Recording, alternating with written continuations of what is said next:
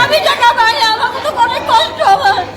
আমার পাশে ছেলেটা পুলিশে চাকরি করে, তার বউ পাইছে, মা পাইছে, তারপরে পাশের ওই 3 তলা বিল্ডিং, সে টাকা পাইলো, তার বউ বাচ্চা সবাই টাকা হয়েছে, আমি পাইলাম না। আমার যে অনুরোধ, আমার যে টাকাটা ঢুকে যাবে, আমি খুবই কষ্ট আমার।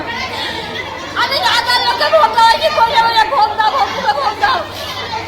আমি সবাইকে বলছি ভোটটা দিবি যাও, জিতবা জিতবে। পাশের বাড়ি যারা চাকরি করেন তারা পাইছে? বলছি তো বাবাটা বললে গৌর ঘোষ। আচ্ছা, বললাম আপনি কোন ওয়ার্ডে থাকেন? 11 ওয়ার্ড, আমাদের পাশে 11 ওয়ার্ডে। কি নাম আপনার? আমার নাম মালতী ঘোষ।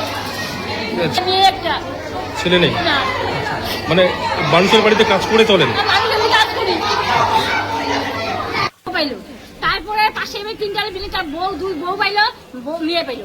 আমি কেন পাবো না? আমি লোকবাড়ি কাজ করি, খুবই কষ্ট আমার। আমার মতো কষ্ট কেউ নাই, আমি কেন পাবো না বলে?